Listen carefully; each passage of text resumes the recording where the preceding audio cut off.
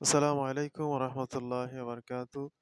প্রিয় ভাই বোনেরা, আজকে আমরা একটা ছোট্ট সংক্ষিপ্ত টপিক নিয়ে আলোচনা করব। সেটা হচ্ছে যে আমাদের জীবনের দৈনন্দিন জীবনে অনেক ভুল এবং অনেক গুনাহ হয়ে থাকে। তো বলা হয়েছে যে দোয়া পড়লে বান্দার সমুদ্রের ফেনারাশি পরিমাণ গুনাহ ক্ষমা করা হয়।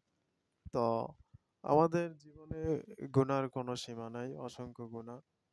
তো আমরা আজকে জানবো হাদিস থেকে যে এমন এমন একটি বাক্য এমন এমন একটি দোয়া রয়েছে যেটা পাঠ করলে আপনার সমুদ্রের ফেনা রাশি পরিমাণ যদি কোনো গুনাহ হয়ে থাকে তাহলে সেই গুনাহ আল্লাহ পাক মাফ করে দিবেন। তা আসুন আমরা সরাসরি আলোচনায় চলে যাই।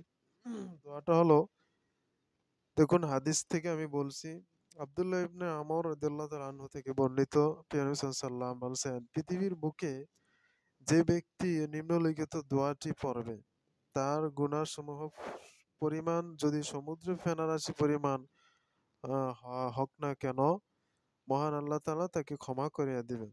দোয়াটি হচ্ছে এই: লা ইলাহা ইল্লাল্লাহু আল্লাহু আকবার ওয়ালা হাওলা ওয়ালা কুওয়াতা ইল্লা বিল্লাহ। প্রিয় বন্ধুরা, আমি দোয়াটা আবার বলছি, লা ইলাহা ইল্লাল্লাহু আল্লাহু আকবার ওয়ালা হাওলা ওয়ালা কুওয়াতা ইল্লা বিল্লাহ।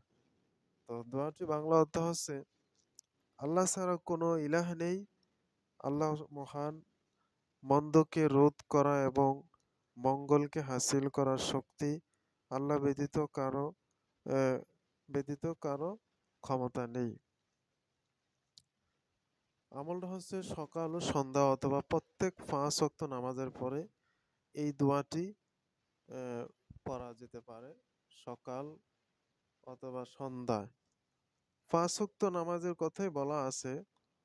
তো আমাদের মূল বিষয় হচ্ছে গুনাহ হয়ে গেলে সাথে সাথে তওবা করা এবং আল্লাহর কাছে ক্ষমা চাওয়া।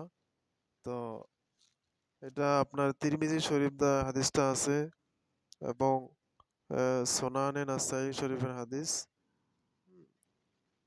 তো এই আমলটা আমরা করতে পারি ইনশাল্লাহ। সমুদ্রে ফেনারাশি পরিমাণ যদি গুনাহ হয়ে থাকে, আল্লাহ পাক আমাদেরকে মাফ করে দিবেন। তো আজকে এতটুকু পর্যন্ত। সকলে ভালো থাকবেন। আসসালামু আলাইকুম ওয়া রাহমাতুল্লাহি ওয়া বারাকাতুহু।